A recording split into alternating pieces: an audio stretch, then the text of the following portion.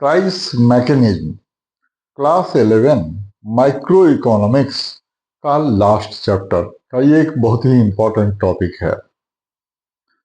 Price mechanism का मतलब determination of price of A commodity under perfect competition. इसके लिए एक डायग्राम बनाते हैं। एक्स एक्सिस पर क्वांटिटी डिमांडेड और क्वांटिटी सप्लाइड को दिखाते हैं और वाई एक्सिस पर प्राइस को दिखाते हैं। डिमांड का कर्व डी मान लेते हैं, वो नेगेटिवली स्लोप्ड होता है और डाउनवर्ड स्लोपिंग होता है due to law of demand. और सप्लाई का कर्व पॉजिटिवली स्लोप्ड होता है, उसका नाम एस रख देते हैं। जिस पॉइंट पर डिमांड कर्व और सप्लाई कर्व इंटरसेक्ट करते हैं उसे इक्विलिब्रियम पॉइंट कहते हैं।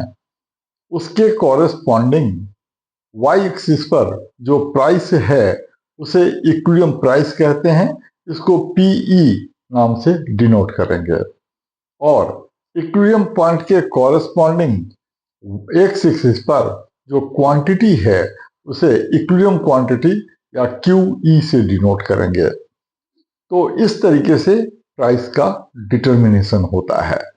अब ये समझेंगे कि any price any other price can not be equilibrium price, या प्राइस मैकेनिज्म का मतलब अगर प्राइस इक्विलिब्रियम प्राइस से ऊपर या नीचे हो तो वो इक्विलिब्रियम प्राइस नहीं होता है।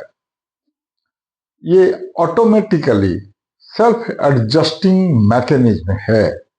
इसको इनविजिबल हैंड्स भी कहते हैं।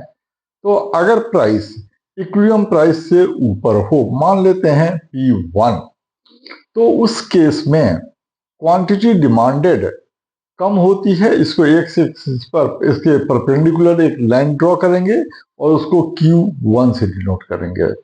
और सप्लाई कर्व उसके उस प्राइस के कॉरेस्पॉन्डिंग Q2 से डिनोट करेंगे।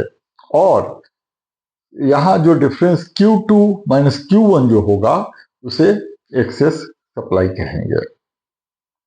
अब एक्सेस सप्लाई के केस में होता क्या है कि फर्म्स के बीच में कंपटीशन होता है कि वो अपने स्टॉक को कैसे क्लियर करे, अपने सेल को कैसे बढ़ाए। तो वो प्राइस को रिड्यूस करने लगता है, डिस्काउंट देने लगता है।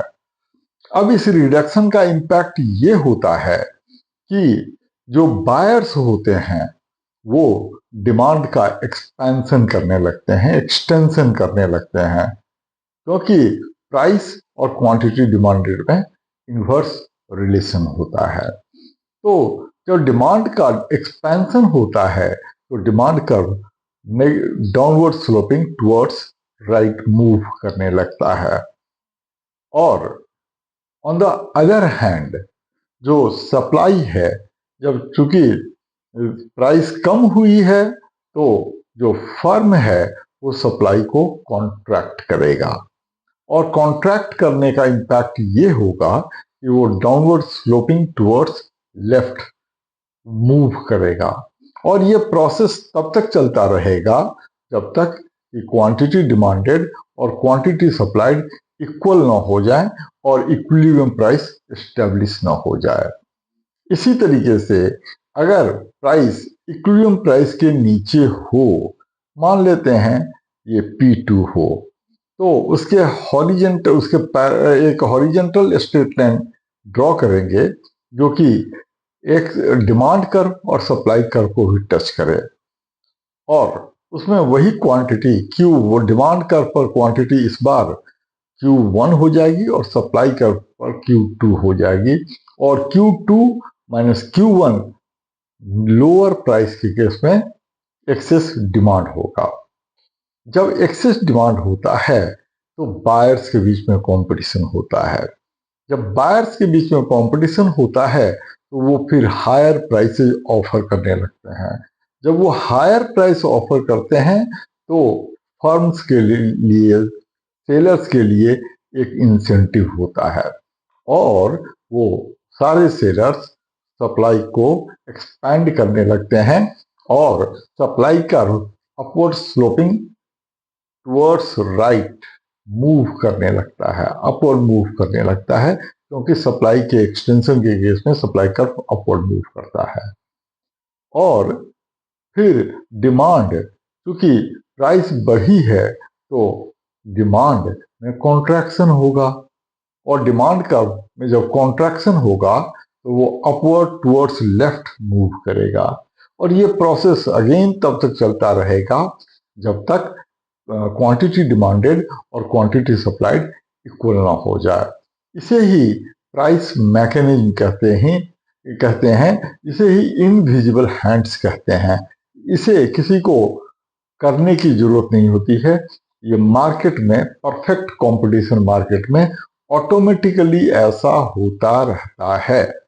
थोड़ा यहाँ और समझ लेंगे कि जो प्राइस, इसका रियल लाइफ एप्लीकेशन समझते हैं प्राइस मैकेनिज्म का, कि अगर गवर्नमेंट प्राइस इक्विलिब्रियम के ऊपर फिक्स करे तो इसे फ्लोर प्राइस कहते हैं।